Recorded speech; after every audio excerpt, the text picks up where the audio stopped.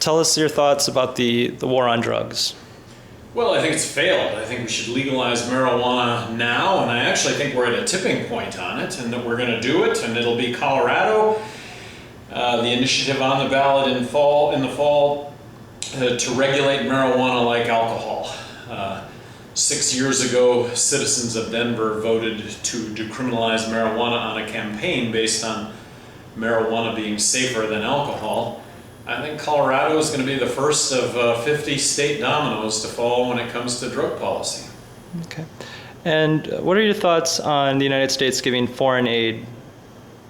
Well, I think that I think it's horrible. Foreign aid is propping up foreign dictators. That's what foreign aid is all about. When people hear about foreign aid, I think the first thing that people think about are poor citizens in other countries. Well, it's poor citizens in this country that are giving to rich dictators in other countries. And foreign aid is all about propping up other governments.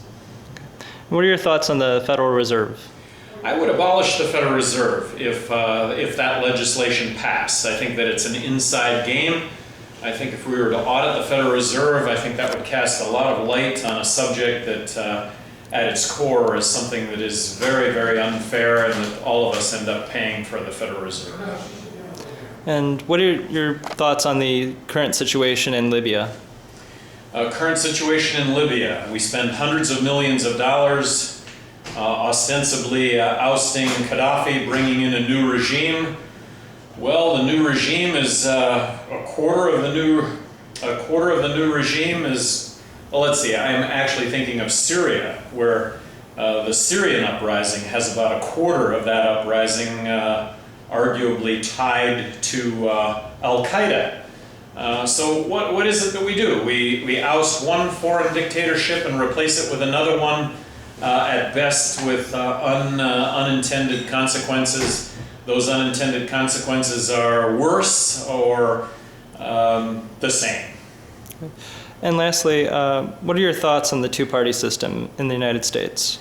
Well, two-party systems, if we were actually being served, if we actually had a choice, but I'm going to suggest that if either Romney or Obama are elected, that we are going to have a heightened police state in this country, and that we are going to continue to see ourselves in a state of perpetual war, and that we are going to continue to see spending and debt increase beyond what I would already label as unsustainable.